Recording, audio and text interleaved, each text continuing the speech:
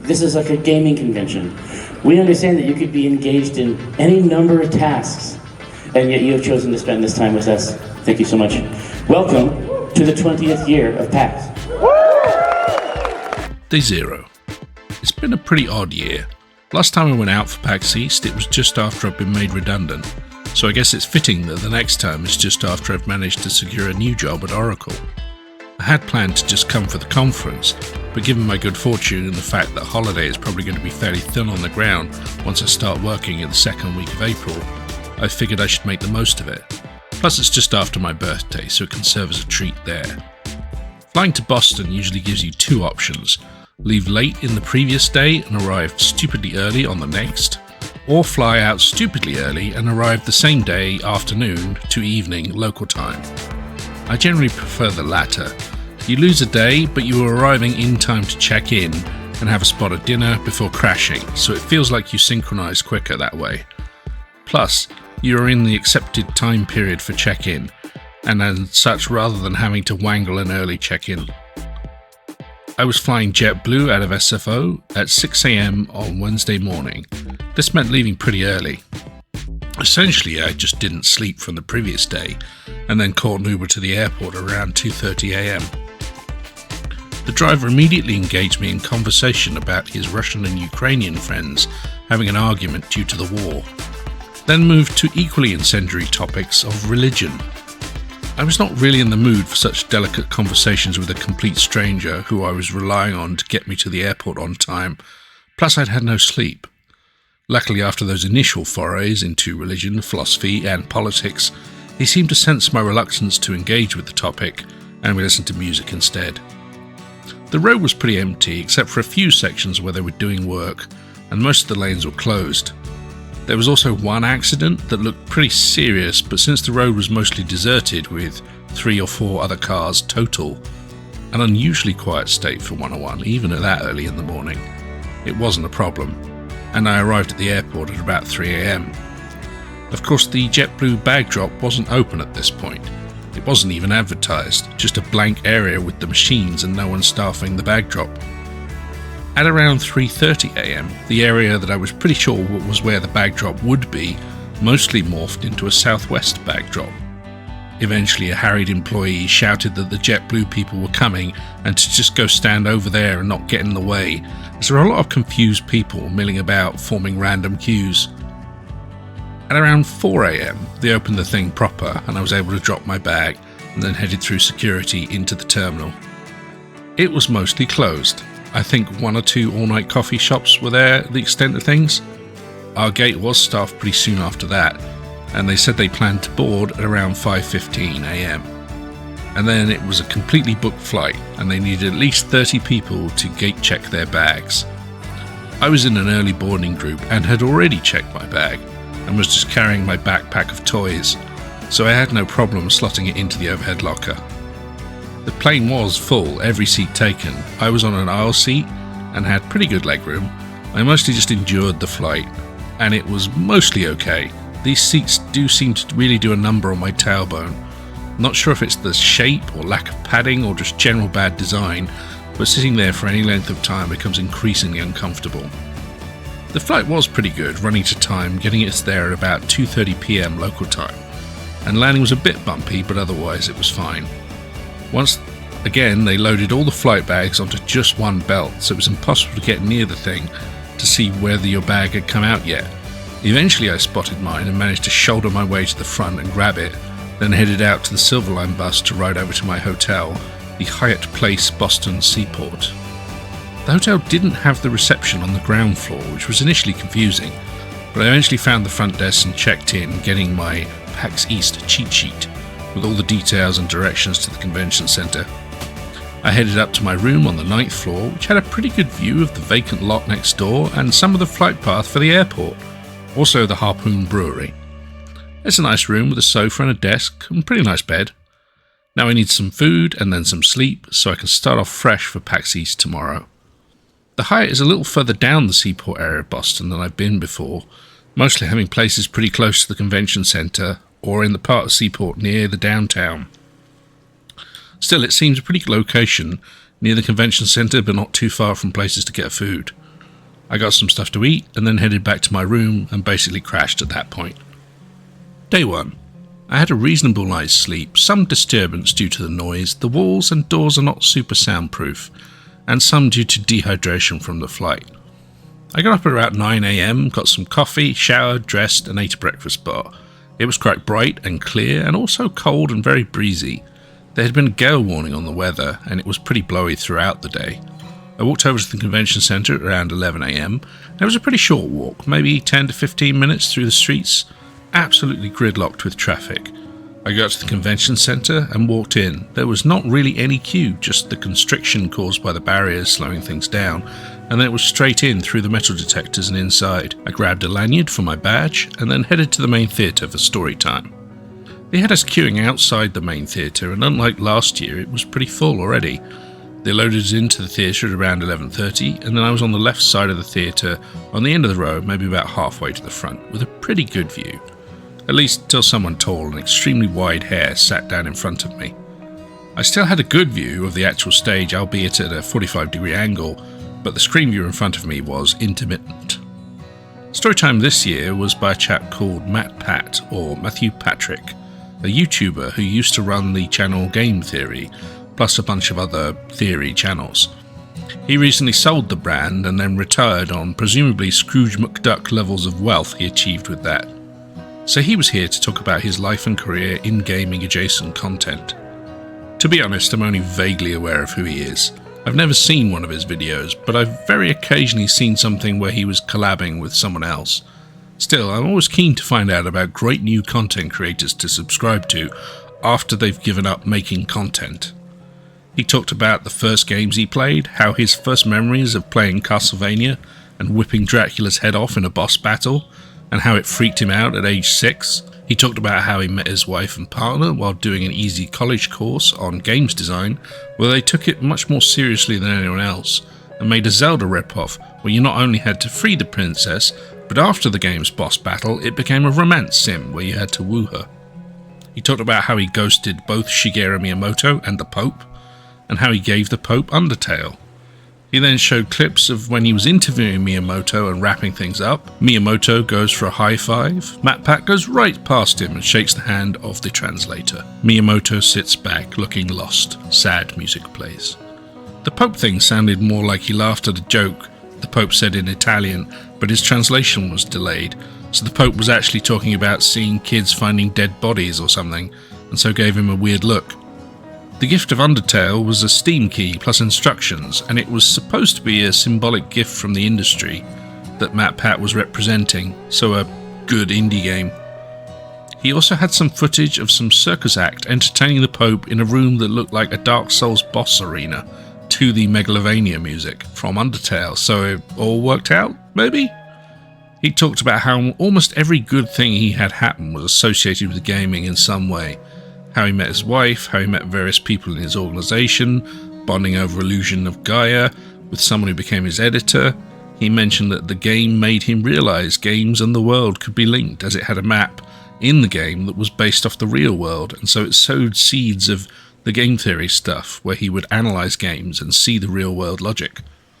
He also was trying to visit every place on that map, and that included Great Wall of China and this lost Aztec city, among other places, and how he's visited every place but one, Easter Island being the final piece. He talked about his son and how he's growing up learning about games, about internet stuff, how his team of people work in their basement so everyone comes to visit them and learn about what they are doing. I assume those people aren't imprisoned in Matt Pat's basement. There is a horror bent to some of his content, a lot of Five Nights at Freddy's.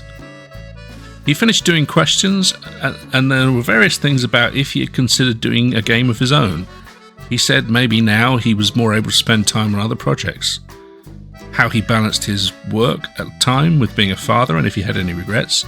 He said of course there were some regrets, it's just the nature of having to work, but that he tries to spend as much of his time with his son as he could, and used the example of teaching him about video editing, showing him the various parts of his job.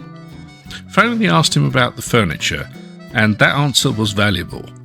He said the chair was good, and went on to praise the chair he was using as a 7 out of 10 chair. It was fairly light and fluffy story time, but enjoyable. Most people then left the room. Next was the Happy Birthday PAX panel. This year, PAX is 20, with the first PAX in Bellevue, Washington in 2004. And it was a very small, very dodgy event. They had some dev kits brought by some testers at Microsoft playing a test version of Forza, and that was the show floor. It wasn't clear if these testers actually asked if they were allowed to do that. It was also fueled by an ungodly concoction known as balls. The Happy Birthday panel was run by PA's Laura from work, Laura Stringer, who was dressed as a clown. She gave various provisos that she would not do magic, or balloon animals, or consume the souls of those present after summoning their greatest fear, or would not train a golden retriever to play basketball. Next, Jerry Holkins and Chris Straub joined her on stage, and then the party hats came out. To win prizes, the party hats were required. Most people already had theirs equipped. Mine had a failure in the chin strap, but I fixed this at that time. As a gift warm-up, they handed out keychains to all hat-wearing attendees. Jerry had some trouble equipping his hat, and we all had to look the other way while he struggled. Next, we had some traditional Q&As with Jerry and Chris. There was a question about what 4 people, living and dead, uninterested or both, would you run a TTRPG with? Chris suggested just 4 random dead people. In fact, he could run that in a graveyard. He might even be doing it right now. Then there were more prizes involving free t-shirts and clown magic. That definitely didn't involve the AV crew in the back. Keith, the clown god, highlighted people with a spotlight, and then they and some number of people in the splash zone got t-shirts. I figured I was out of the effective arc of the light, but on the final round I was dead center and won myself a t-shirt, so my prize haul was pretty good. The final giveaway was a PC, and for this they required proof you had been to an early PAX East. In fact, they had so many people that had photos of themselves there, it became the very first PAX East, and even then they had too many, so they switched it to who had physical evidence that they'd been at PAX East 2010, and still had 3 people. One had won a t-shirt, so was eliminated, and the other 2 did rock, paper, scissors for the win. With the PC one, we headed off to our next adventure. I had a quick walk around the show floor and then headed to my next panel. 777, the number of the best. Why we love mediocre games when no one else does. They talked about those games that are fine but not great. One mentioned was Starfield. Mostly it was just bringing up games and explaining why they were 7s. They then had the audience suggest things. Someone suggested Breath of the Wild and justified it with Tears of the Kingdom exists. It does everything Breath of the Wild does, but better. With that one out of the way, I grabbed something to eat, eventually settling on what turned out to be a disappointing ham sandwich, some chips and a drink. I wanted the show floor, but it was feeling a bit worn out. My next panel was at 6:30, so I decided to take a break and headed back to my hotel. I grabbed something from the hotel shop, a sandwich and a beer, and then headed up to collect my photos and type up my notes. Then I watched Jackbox Party Packs on Twitch. The panel was Jerry Holkins, Chris Straub, Sam Winkler, Matt Pat, Ifi Niwadi, Calamity, and maybe Jasmine Bula. She's listed on the site, but I don't remember if she was there. There was some good fun and obscene and fun t-shirts in TKO 2. Some audience precipitation in the game, that polling where all on-stage guests played against the audience online. It was good fun. After that, I headed up to attend the secret club PA meeting, which was good fun. Lots of Q's and A's by Jerry and some gifts of the club PA pin. I returned to my hotel and saw a message from the people at my new job saying they couldn't verify my employment with the docs I'd submitted, because it seems Kioxia can't even do the job of verifying I work for them via email or phone. I had to submit a bunch of tax forms, and I'd only sent the one checking the company, the most recent one, because they didn't specify that they wanted more. Anyway, I had some beer I'd bought earlier, the local Harpoon IPA. I can see the brewery from my window, although I'm not sure that's where the bottled version comes from, and my turkey and pesto sandwich. I tried watching some TV and the stuff on there was pretty bad, so I switched to some YouTube. Day 2. I didn't sleep well, having trouble getting to sleep without the exhaustion of the trip from the previous day. As a result, when I did get to sleep, I was worn out and slept through my first alarm, waking at about 10 AM, which was thankfully still in time for the first panel of the day, the Maker Strip panel. I got myself ready, had a coffee, and then headed out about 11:15 am. The weather was a bit cold, although maybe a touch warmer than yesterday. It was also busier, but fairly quick to get into the convention centre. I headed up to the main theatre, where they had people lining up, and they had maybe 1 or 2 chunks of the queue area filled, which was significantly less than the previous day. I picked a seat in the first block on the left, fairly close to the front, and then had a short wait till the panel started. Jerry Holkins and Chris Straub emerged to provide us a strip, with Chris drawing while Jerry answers some Q&As.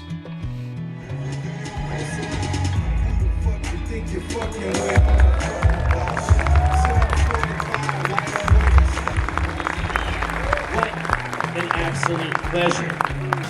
Thank you so much for choosing. Listen, we know that this is like a gaming convention. We understand that you could be engaged in any number of tasks, and yet you have chosen to spend this time with us. Thank you so much. Welcome to the 20th year of PAX. They started off with a grey envelope question, which turned out to contain a question about existential dread of losing jobs and income due to AI. Jerry made the point that he didn't reject the technology, he just wished they would pay him for the stuff they ripped off to train it, making massive profits on the backs of artists without actually paying them. They had a donation bar that filled up green, but then some of it filled up in red, which worried Jerry. Had the bar taken damage? Did we need to evade and wait for it to regen? Turns out this signified matched donations.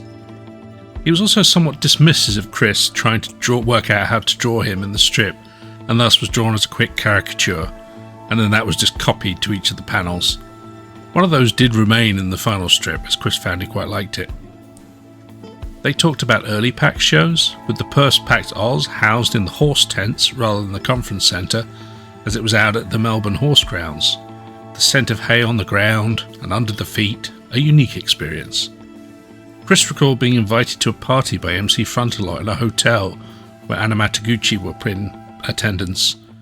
He recalls it being packed, but then nothing else, and then walking back to his hotel, dropping his phone and smashing the screen. Jerry talked about some things Child's Play had been doing, with them training game techs for hospitals to look after the various gear that they've been buying, but also some of the work game devs have been doing, where they've been taking things like AR, VR, XR experiences tailored to therapeutical environments. He mentioned one game called Booger Blaster that tricks kids into doing physical therapy, another where they've used photogrammetry to scan the service dogs so kids in isolation can virtually pet them and put hats on them and so forth. And then finally there was Gurney Journey, where kids going in for some procedure can wear the headset and it lets them see the room and their parents, but then replaces the trip to the operating room with some other environment that they can just stay in the whole time and not have to see anything that might scare them. Jerry mentioned going out to the food trucks and having the wind strip him down to the bone. He also mentioned meeting Matt Pat for the Jackbox panel, and how he was exactly as he appears to be in his shows, that he's a nice person with quite high energy. Asking about places to visit while walking to PAX from downtown, Jerry said he knows a very small area around the convention centre in very high detail, but that's about it. Jerry relayed a story from one of the early PAX where, deprived of other stimuli, the queuing masses worshipped a blue ball. They also did the knuckle crack. 2, 3. Oh, that was the damp one. Yeah, we don't like the ones that are wet. Now, at the end of the hour, the comic was slightly unfinished, but they'd gotten the majority of it done. Often these panels are about an hour and a half, but this was just an hour, so Chris was rushing a bit. It was a pretty funny panel. Next, I went to the kind of funny panel, and it was kind of packed. As it turned out, this was just a generic video game trivia panel. While it was fun, there's nothing much worth recording about it. With that done, I walked the show floor for a bit. I had to look at some of the food, but nothing much jumped out at me, so I headed to my next panel. Next up was Into the Fold, a Nintendo Labo retrospective, and it was a pretty good look at the weird and wonderful Nintendo Switch cardboard-based toy, Labo. It's a very Nintendo product, something I can't imagine Sony or Microsoft ever producing. It was an interesting idea coupled with some fairly smart software with cardboard-based Toy-Cons that had various functions and used the sensor capabilities of the Joy-Cons to make them work. They had a fishing rod that you could wind and then interact with a fishing game, a set of motorcycle handlebars with twisting throttle and brake that linked to a racing game and could even control Mario Kart, a fully working keyboard that had maybe about a single octave, but with the capabilities like customizable waveform by using an insertable cardboard shape that the software would then read using the IR camera in the Joy-Con and then recreate that waveform in the synth. The software was also programmable, so you could use Toy-Cons that Nintendo provided, or you could make your own. And there was a heavy theme of making and customizing to your own desires. The panel started off setting up the Toy-Con sumo battle between two audience members. They set about customizing their Labo RC car that used the Joy-Con's vibration to shift the thing around like one of those toothbrush robots. The two vehicles were named Catastrophe Ganon and Jimmy. As it turned out, they were both too heavy, and while they could move about a bit, they lacked the power to push or topple over the other, so the winner was decided by audience vote, and Jimmy won. In addition to the thrilling sumo battle, they also went about the various official kits. There were 4 released: the Variety Pack, the Robot Kit, the Vehicle Kit, and the VR Kit. The sumo robots were from the Variety Pack, and beyond simple RC control, they could also use the IR camera and some retroreflective panels to do a sort of self-driving mode. They also had the fishing rod, which they demonstrated. The Robot Kit had this large backpack with arms and feet controls using lengths of rope, and then linked to a game where you would stomp around as a giant robot. The vehicles had a variety of types, from road to water to air, and the gameplay consisted of a lot of shifting between those modes. They showed the customizable nature of the thing and the ease of colouring or stickers on the cardboard. After that were some trivia games, including music made using the Labo keyboard.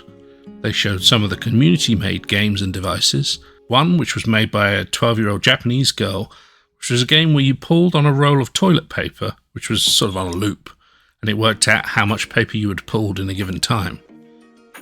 The Labo was also pushed as a thing for schools to use, and they went over some of the lesson plans that they had for teachers. The programming element of Labo eventually got made into a standalone game/app for the Switch called Game Garage. It was a fascinating look at a product that was wacky but very capable. After that, I headed to my next panel, In-Game Menu, the greatest food in gaming. They had a panel of about 4 people who did various bits on food in games. First guy was a lawyer by trade who did a history of food in games, listing the first instance to a 1959 game called Mouse in the Maze, running on a TX0, using a light pen for input, which featured cheese you could eat. Then of course there's Pac-Man, the Hungry Ghost Eater, and one of the first branded games, Tapper. Originally sponsored by Anheuser-Busch, the arcade version features a Budweiser motif, but eventually this became Root Beer Tapper. Burger Time and others were also mentioned. More modern games like Monster Hunter or Stardew Valley then came up at the end. Next was a community manager from Star Wars The Old Republic. She talked about her journey in learning to cook meals from her background, and how we can take pictures and food from games and then make them in the real world. She talked about cooking in the Old Republic and showed some purple worms. The next person was a chef and marketing manager who talked about increasing levels of sophistication of cooking in games, how it was initially things like a simple consumable, but as time went on, more advanced and detailed simulations of food have shown up in games like Cooking Mama or Stardew Valley or Dreamlight Valley.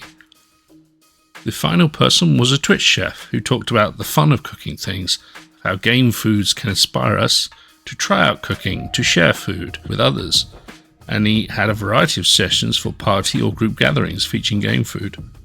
They finished up awarding game trophies for games that did food well, things like Dave the Diver, Dreamlight Valley, and several others came up, but of course Baldur's Gate 3 won the final award for the salami, which was also a weapon.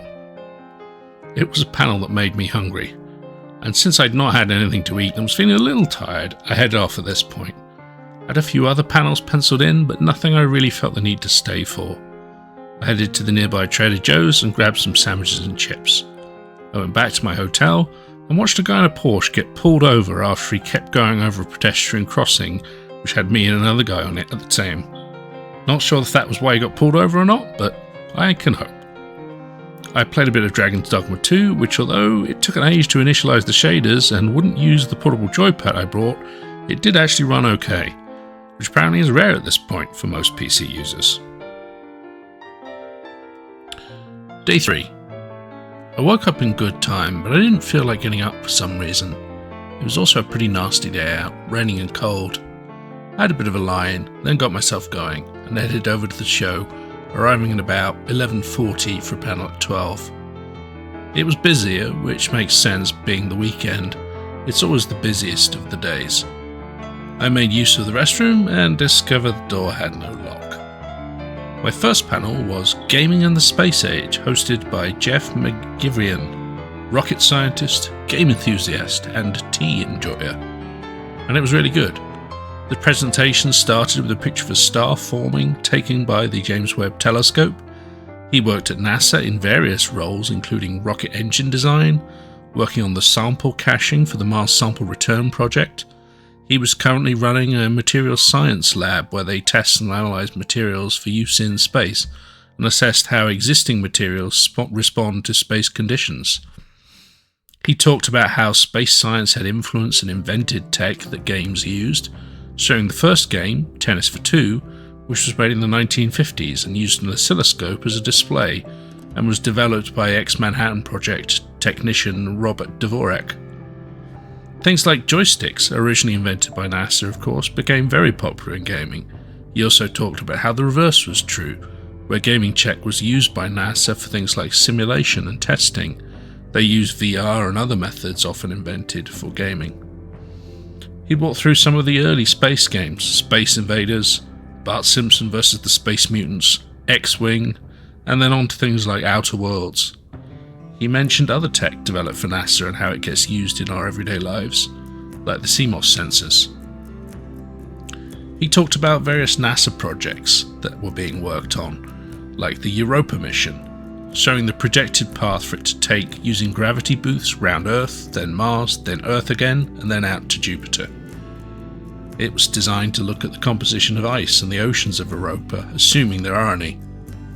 There was also Sphere-X, a full-sky imaging satellite, as well as some rovers for the moon that were basically swarm-based. It was all really interesting stuff, and the guy was super enthusiastic about it, which made it for a really fun panel.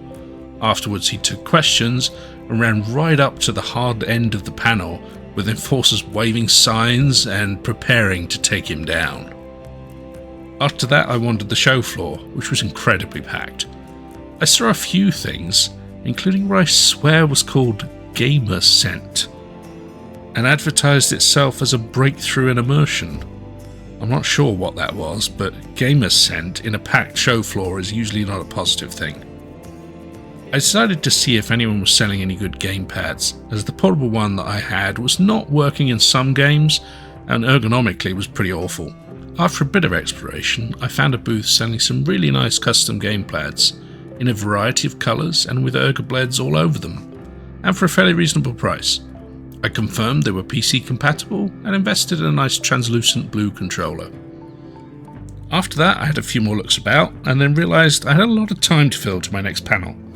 Looking at the schedule, I saw that the next few panels I wanted to see were all streamed. So since I wasn't really enjoying the packed room, I decided I would take a break, get some lunch, and then watch the panels via Twitch. It was still wet and nasty out. I got my coat and hat out and then headed back. While I ate my lunch, I watched a panel, Ready to Get Fully Yoked, the fun and surprises Grounded had in store for its next update. I've not played Grounded since its first early access release, so maybe I should try it out again. They showed off the New Game Plus mode, which involved taking weapons to a higher level. When they started playing, the guy running it immediately died. It looked like there were lots of new weapons and toys. They also spent ages getting attacked by fire ants.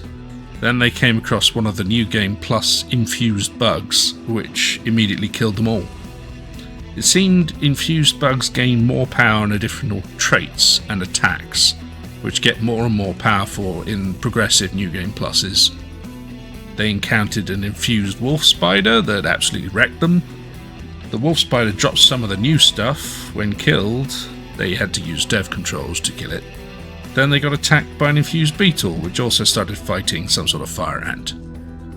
They shut off the fire ant queen and then had an option to befriend it or poison it, and a secret third option, which was a permanent change to the game which gave you some sort of advantage. They befriended it, so got a baby fire ant pet. They also showed the mystery door, which seems to be how you get access to New Game Plus mode, with the need to defeat a bunch of bosses to open it. Looked like a lot of good stuff. They mentioned this was the last content patch they were doing, so they may add things in future, but they consider the game done, as it were, and are now just bringing it to new platforms. Next, I watched a panel on Cyberpunk 2077 Phantom Liberty. They had a bunch of the devs from Phantom Liberty and the new Project Orion. They talked about making the game, the way it was aimed at a much smaller scope than the base game, that it was supposed to be like a spy thriller, and it integrated elements of other spy fiction. They talked at length about the big party, which is designed to emulate that sort of James Bond party sort of vibe. They said that at first you got to the party too quickly, and then they made the walk up longer, but then it felt too long, so they adjusted it to hide the party and considered having Idris Elba's character Reed talk to you. But he's a super cool super spy. He's taciturn, so it felt wrong. So they tried have V saying something, but that didn't hit right. So then eventually they just had Johnny say some stuff, and that worked. They didn't talk much about the new stuff, even though I think all of them were now on the new project. But it is very early days, so it's not that surprising that they didn't say anything. Next, I saw a bit of a panel on Construction Simulator 2024. It looked in-depth. I've played one of the earlier versions of this game, and it had a lot of options for machines, and now the new ones have co-op, so you can make buildings in multiplayer. Then I saw a panel on the psychology of the Witcher series called In the Minds of Monsters and Men, the Psychology of the Witcher series. It was pretty interesting. That world, even the game version of it, is very morally grey. Next I saw Giant Bomb Presents Voicemail Dump Truck Live. A very weird show where they took videos of people throughout PAX and had them say odd things. Or perhaps this was just what those people wanted to say unprompted. After that I watched Acquisitions Inc., where they changed the multiverse. For the better? Maybe. It was a pretty good show. I played some more Dragon's Dogma, had one crash, and found that the new translucent joypad worked pretty well.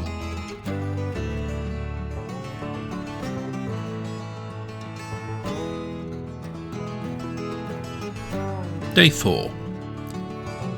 Final day at PAX East, and often the shortest day. I got up at 9 AM and sorted myself out. I must have selected the no housekeeping option, as my room hasn't been cleaned since I got there, which is usually what I prefer on these short stays. I can just get by myself and not have to worry about getting out of the way for cleaners. Doesn't mean that I ran out of coffee and just had tea bags left, and I'm not sure I could stomach drinking whatever vile liquid would come out of those little coffee machines if I put in a tea bag. The day was pretty nice if cold, and the walkover was pretty pleasant. I arrived about 10:40 for the 11 AM panel and wandered over to the theatre. The panel was D-Makes Decoded, from HD to 8-bit, and featured a panel of 4 developers of D-Makes and one host who was the editor of a magazine about the Apple II. The D-Makes were Portal 64, which was a Portal clone for the N64, a pretty impressive trick rendering through portals on such limited hardware. Soundless Mountain 2, which was a Silent Hill 2 D-Make or knockoff, done in the style of an NES game, although it was actually running on a PC. Disco Elysium Game Boy Edition, which was a chunk of Disco Elysium retooled to work on the Game Boy using GB Studio. Pico Wars, a version of Advance Wars for the Pico 8, which is a fantasy console, i.e. a modern creation built to resemble a retro computer or console with limitations and restrictions but modern underlying systems. Most of the authors did these projects for the passion of it. For the Portal 64 guy, he wanted to have a project to promote his YouTube channel, and was curious if you could put this relatively modern idea onto hardware that old. He ended up having to take the thing down as Valve were not happy with it.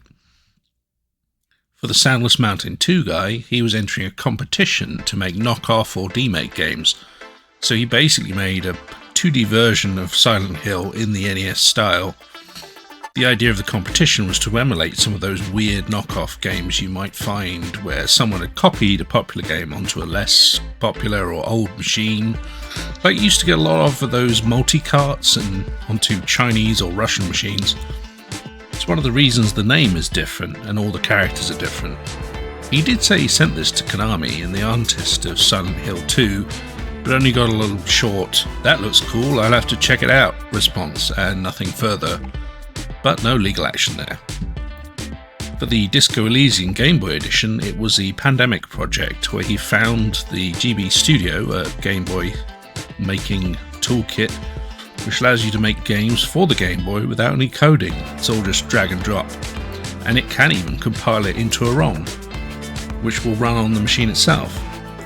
He decided that he would see if he could use it to make a version of Disco Elysium, having to refactor a lot of the interfaces and pare down the text, since you get maybe 3 lines of 18 characters, not the pages of text the PC version has. He also said the devs of Disco Elysium found the project and approved it, so he didn't have any legal trouble. For the Pico Wars dev, he was obsessed with Advance Wars and wanted to see if he could get the sort of AI running in a much more limited system like the Pico 8. He talked about fighting against the memory constraints, the limited palette, but that also helping him, giving his game a very nice colourful look. It was an interesting panel about a very weird niche topic of basically fan art but in game form.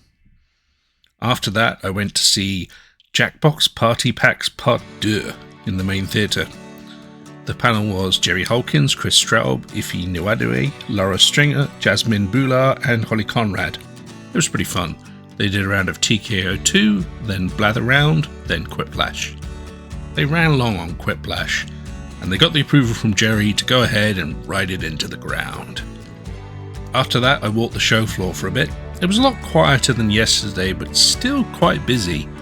Usually by this point things have calmed down a lot and you can get near some of the less popular stuff with maybe a short wait. But this time even the AA or indie stuff was at least 5 people deep. I went to a panel called Every Game is the Same Game, which was by a guy from the podcast Geek Nights, and usually there would have been 2 people, but his co-host was sick. I think I caught a panel of theirs at PAX West last year on preserving old games. This was on categorization of games, specifically ortho games, which is a game where there are at least 2 players and has a winner or ranking system at the end. He talked about the idea of factorization and how you can derive prime games, which are things like games with voting systems, randomness, resource allocation, and there are a bunch of others which I forget. He compared a lot of things to ice hockey for some reason, like he asserted Nidhogg and ice hockey were the same game. There's 3 areas you have to compete to gain advantage or progression or priority. I forget what word he used. Then you have to keep control and try to score. He also said poker was like ice hockey. By this point I was feeling a bit tired and almost did doze off at various points. It was an interesting panel in concept, but it did somewhat devolve into a list of stuff. I grabbed some food, a somewhat mediocre orange chicken and fried rice and a Diet Pepsi. It was food and edible. I walked the show floor for some more and saw a bunch of weird and wonderful dice types in iridescent colours, made from metal, bone, flesh and semi-precious gems.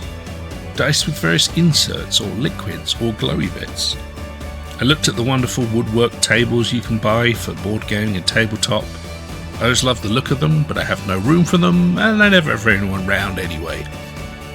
They had all sorts of dice boxes and dice towers, many of which I could see were just laser cut or quickly CNC'd, so I could likely reproduce them myself if I really wanted to.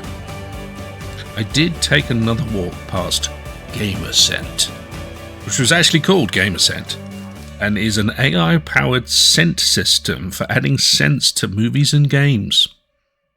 Sounds awful. I was of two minds at this point. I was wondering if I should just leave, as the show floor was not offering much I wanted to spend my time on, and there was not a lot in the way of panels, but I did want to stay for the Omegathon final round, as it's a nice way to sort of send the whole thing off. I decided to hit one of the only available panels, the 39 games you must play. It turned out to be that same guy from Geek Night's podcast again. He actively encouraged people to leave and do something else, although noted that since this was Sunday at 4:30, there was not a lot to do.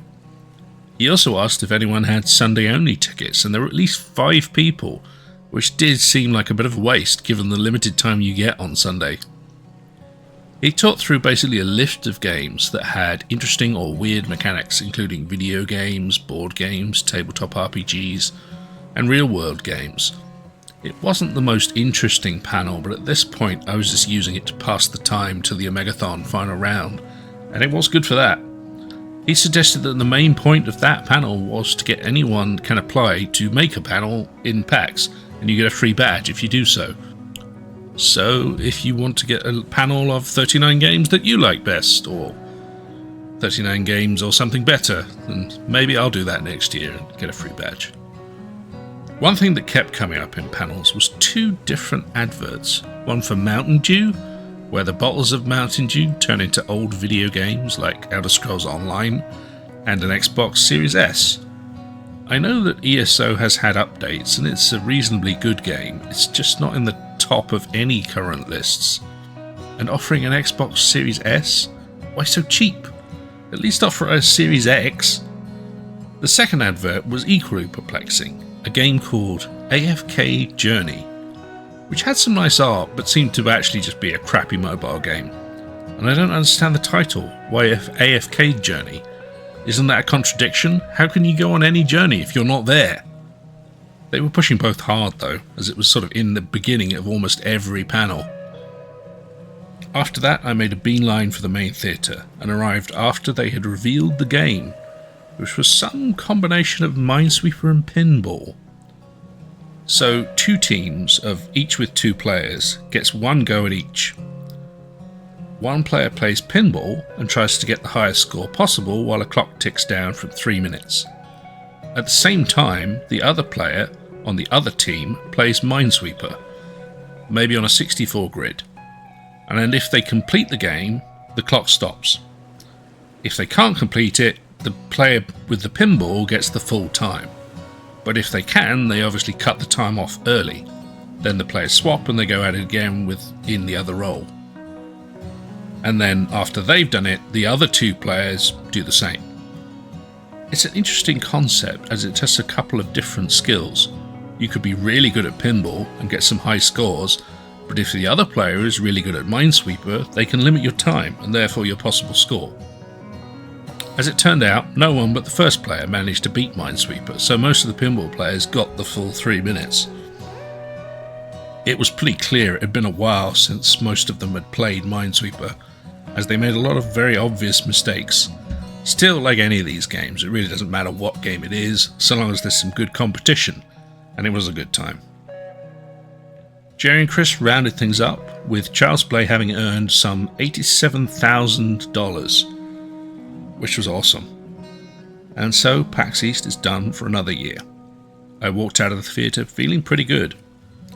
Today's panels have been a bit slim pickings. I enjoyed the D-Makes panel, and Jack's Box is always good, but the rest of them were kind of so-so. I walked down to the waterfront and back via the shops to grab some food for dinner. On the way I found that Congress Street, which is one of the 3 main streets that come across the water that separates Seaport from Boston downtown proper, was all blocked off with multiple cop cars, police tape, and 2 large vans labelled Crime Scene Investigations, which was alarming. Not sure what happened, as I walked on down the front there past the Children's Museum onto Seaport Boulevard and over to Trader Joe's. Later, I discovered it was because a young girl had been hit by a car and later died. Seaport is a bit odd. It's all new development, which is still ongoing, with a lot of the buildings there having been newly built or built in the time since I've been coming to PAX East. Indeed, the hotel I'm in is probably new and wasn't built the first time I came out here. They've got a bunch of weird looking skyscrapers built or almost built. There's a big weird semi-triangular one that is almost done across from the convention centre. I headed back to the hotel after and settled in for the night. Tomorrow I have to switch hotels, and then I have about a week or so left of my holiday. Day 5. I had a bit of a lie-in, but I had to get out of the hotel by 12 PM, so I couldn't go too mad, and I had to pack up. I got showered, got dressed, packed my things, then checked out of the hotel. It was a cool, grey and very windy day. The little suitcase was either rushing off ahead of me or dragging me backwards.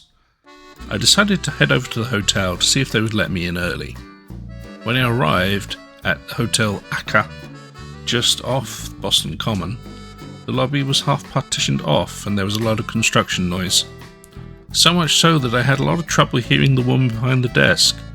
She did let me in, and so I went up to my reasonable room on the 9th floor. The construction noise was still audible in the room, so they must have been doing some work other than just in the lobby. It was a pretty nice room, if a little dark, lacking some lights. In the daytime this wasn't too bad, and there were 2 windows that you could let light in, although it got pretty dark in there as it got later. There was also no coffee machine, although they did have a little fridge.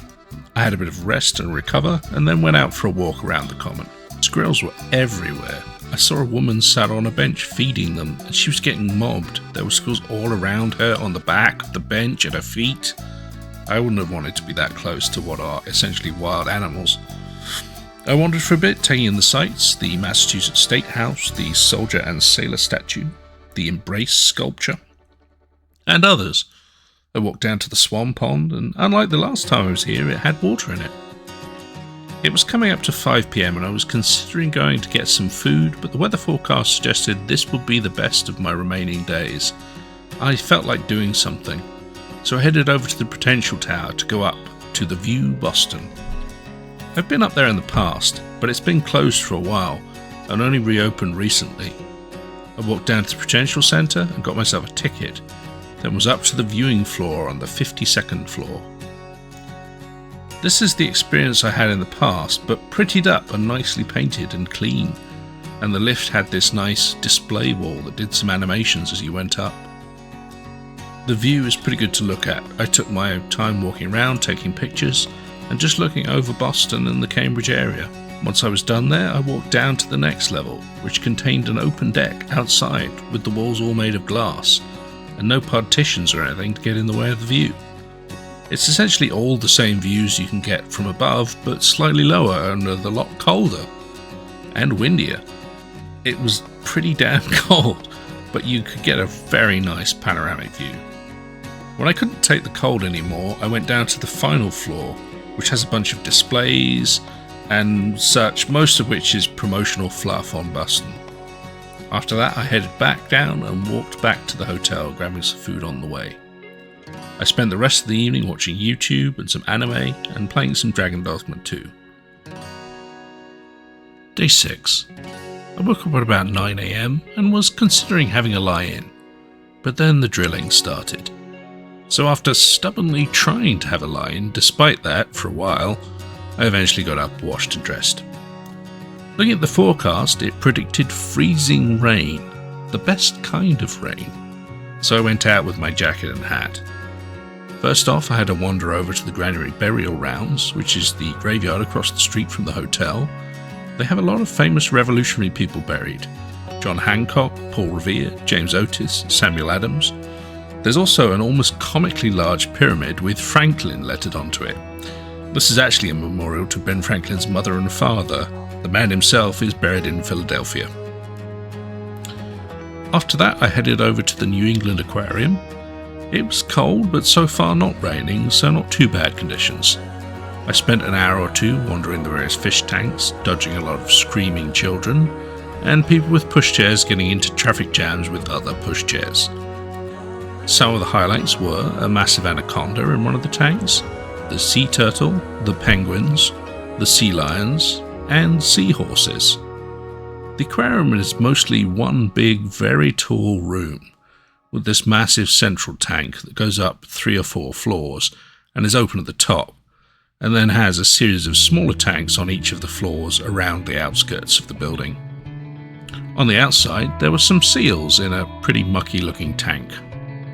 It was unclear whether this was mucky on the inside as it was on the outside. It was now about lunchtime, and I was still feeling like going to see something else, so I hit the button on Google Maps, and it showed anything museum-like nearby. I settled on something called WNDR, which is said Wonder, an art exhibit of sorts.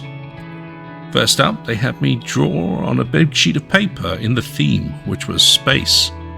I drew a rocket and a planet.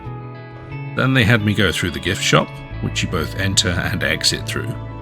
They had a nice bar area with drinks, and then it was into the exhibit through a sort of LED tunnel screen thing that reacted to your movement with dazzling lights and colours.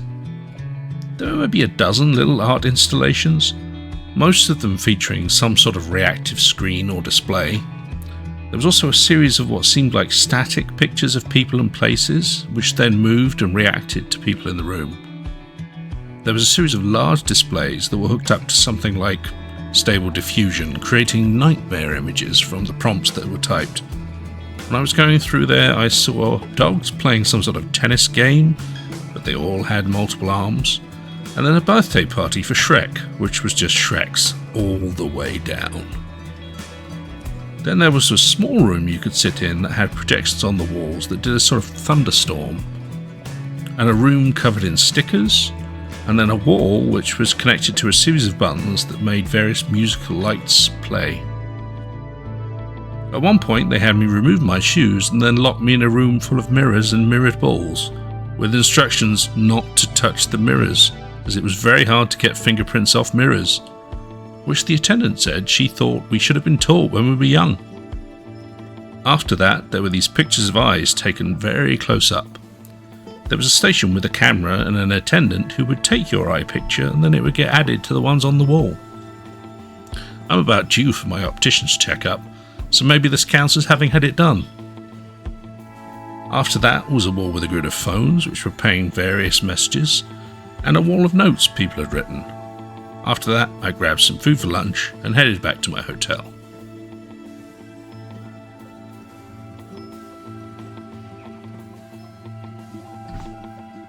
Day 7. I got woken by the drills and got up, washed, dressed, and out the door by about 10:40. I headed off to the Museum of Fine Art, which is about an hour's walk away. I walked down through the Common, past the many scurrying squirrels, and then over to Copley Square, which is being refurbished, and then on past the Rosicrucians and the Boston Symphony and the Prudential Center. I arrived at the MFA Boston at about 11:40, and then headed in, buying a ticket for the main stuff, and then the special exhibit, which was called Hello, the Korean Wave, so it was only a few dollars more. The museum is huge, with 2, in some places 3 stories of stuff, configured in a maze to confuse and or delight. I think I only saw a fraction of what was there, as it was difficult to work out where things were. The building itself was pretty impressive, built in the 1900s and extended and refurbished at various points. It has a rotunda with a painted ceiling that's very impressive, some huge indoor spaces dedicated to the cafe, and a load of wings and rooms full of paintings, furnitures, statues, and other miscellaneous art. First, I wandered through the musical instruments, which had all sorts of weird and wonderful pieces, then on through Islamic art. After that, I sought out the special exhibition, which was in the basement, and at the entrance was greeted with a series of screens playing Gangnam Style, and a case which displayed size soup from that epic hit. They had a series of rooms dedicated to the various aspects of modern Korean culture.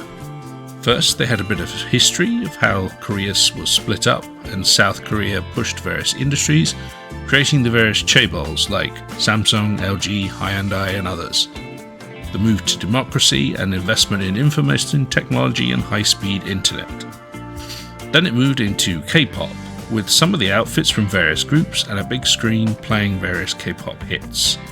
There was another room that showed various K-dramas that have gotten popular both in South Korea and via streaming services in the West.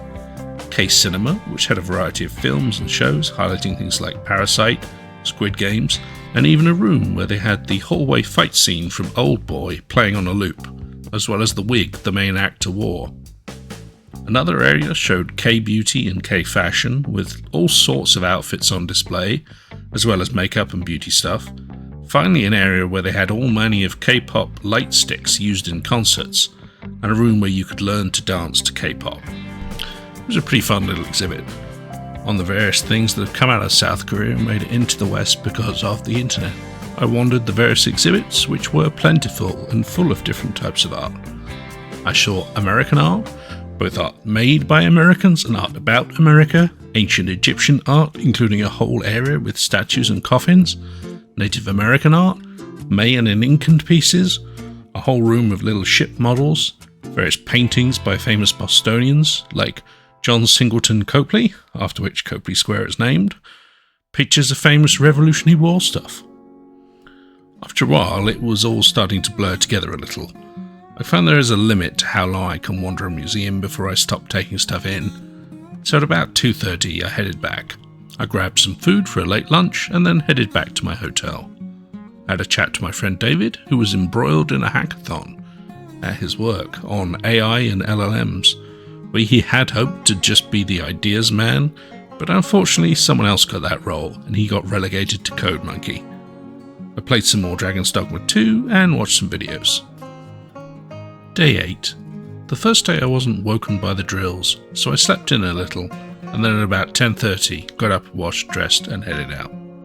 It was a pretty awful day out, raining constantly and relatively cold. I decided to go to visit the Harvard Museum of Natural History and the Peabody Museum of Archaeology and Ethnology, which come as a 2-pack. You pay for one and you get the other, so they're basically physically connected. The walk over took about an hour and a half, and it was wet and miserable, although I was suitably equipped and did relatively well till I stepped in a hole that went deeper than I thought, and the water got up over the waterproofing of my walking shoes. Still, I arrived at Harvard Yard, had a brief walk around, then headed to the museum, where I shook myself dry like a dog. It was a fairly standard natural history museum, lots of pickled animals, bugs on sticks, and very disturbed and somewhat mangy stuffed animals, with assorted skeletons. The real gem was the glass flowers. Created as a teaching tool, they are as much as possible fully accurate to the plants they represent, but made of glass. They were used to show students rare or otherwise delicate or hard to obtain specimens in enough detail for teaching purposes. Most of the flowers are accurate life-size, but with them they made other things like cross-sections of seeds or pistils or other parts of the plants in larger scale. They include things like roots or other parts and are works of art. Made by Leopold and Rudolf Blaschka, a father and son team of Czech glass artists. Over 50 years from 1886 through 1936, the Blaschkas produced 4,300 glass models that represent 780 plant species. They repaired and refurbished the collection sometime around 2016, and there are some unique challenges with preparing the flowers since they are made of multiple materials and in multiple styles and techniques, depending on which of the Blaschkas made them and when, as they refined their techniques as the years went on. In repairing them, they often substitute more modern, less fragile materials like acrylic resin. Then it's a matter of matching colours and technique, since some are painted, some the glass itself is tinted, and others use different materials to achieve the effects.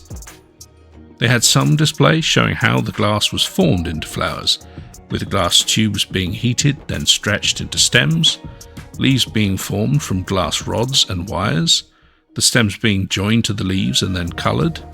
The flowers are then pulled from glass rods and attached to wires and then coloured. The lower tubular parts were formed, coloured, then strung onto the wires to assemble the flower. In a room nearby, they also had glass sea creatures, little squids, octopuses and jellyfish, also made of glass. These were made for basically the same reasons and with some of the same techniques, and were in the process of being refurbished and restored. There was a room full of rocks and crystals and some meteorites, and then I went on to the Peabody Museum, which had various stone blocks, things from Native American tribes, some very large totem poles, and things like native clothing baskets and so on. I left at about 3 p.m. and walked back. The weather hadn't improved. I grabbed some food and then headed back to my hotel room to dry off. Later I played Helldivers 2 with Big Bob for a few missions, trying out some new weapons that they had released. Day 9. My last day here in Boston. I was once again woken by the drills. Since it was my last day, I was a little lazy, so I wasn't up and about till around 11 a.m.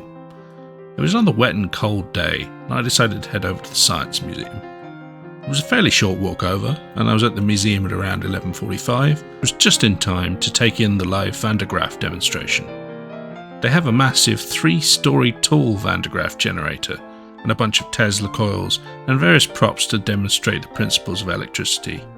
I got there just before it started, so didn't get the best seats, being off to the side and able to see some of the demos, but when they lit up all the machines it was very impressive.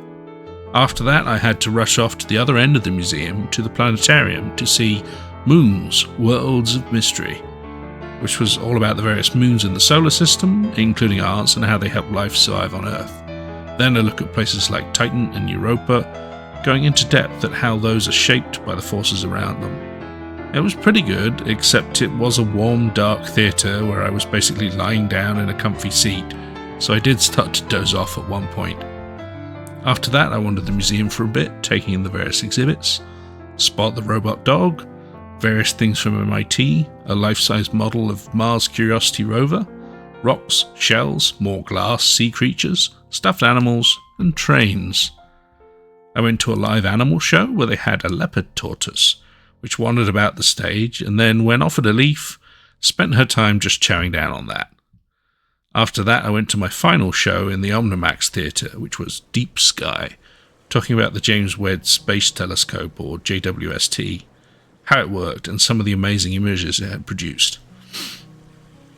The mirrors had to fold up to fit it in the launch vehicle, an Ariane, and then also, since it was designed to see in the infrared spectrum, it had to face itself away from the sun and have this intricate folding shielding system made of many suspended layers of mylar to keep it at a temperature where the instruments would function. After launch, it had to fly out to the L2 Lagrange point, 1 million miles from Earth, and then unfold itself. There was something like 300 single points of failure in that process, i.e. if any one of those had failed, the whole thing would be junk. Luckily it had all worked, and it began sending back images to the Deep Space Network in July 2022. It produced a deep field image showing loads of galaxies, and in that image there was evidence of gravitational lensing. It also showed some very, very early galaxies from some 11 billion years ago. The reason the telescope had been built to see into infrared was that the first light back then at the earliest formations of the galaxies after the Big Bang would have been in IR. They then went through many of the images from the JWST, showing star formation, various galaxies, and comparing the images to Hubble so you could see the extra detail that JWST managed. Also things like internal structures within that due to its ability to see into IR. It was a pretty good show. I wanted some more and then took a look through the gift shop before heading out, and it was very busy and I was getting hungry. I took a walk down the Charles River looking at the geese and squirrels and watched the duck boats go up and down. The weather had improved a bit as it was no longer raining, so it was a relatively pleasant day out. I grabbed some food and headed back to the hotel.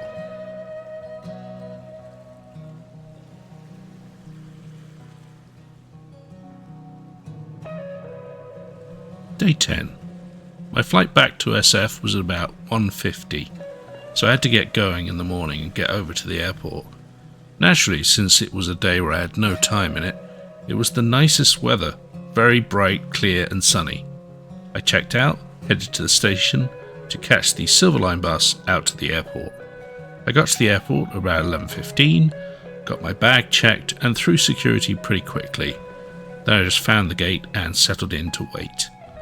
I had a pretty high boarding number, group 5, and the app was already trying to get me to check my cabin bag, so I was a little worried the overhead lockers would be full.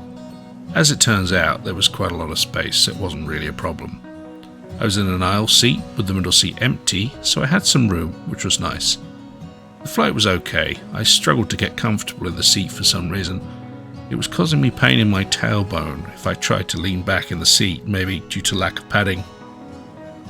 I played a bit of Mars After Midnight, which is a game by Lucas Pope for the Playdate handheld game console. It's sort of like a more chill Papers, Please. You're the doorman on a support center for Martians on a colony. Each group has requirements and you have to admit the right sort of aliens and reject the wrong ones. So one group is shy smilers, and you have control over the door slit you open with a little Playdate crank. You have to look through the small slit to see if they smile, and then you fully open it and they frown. You admit the aliens and then can get a bit of money by providing food, which you then have to tidy and clean between guests. It's pretty fun and light stakes and makes really good use of the unique Playdate features.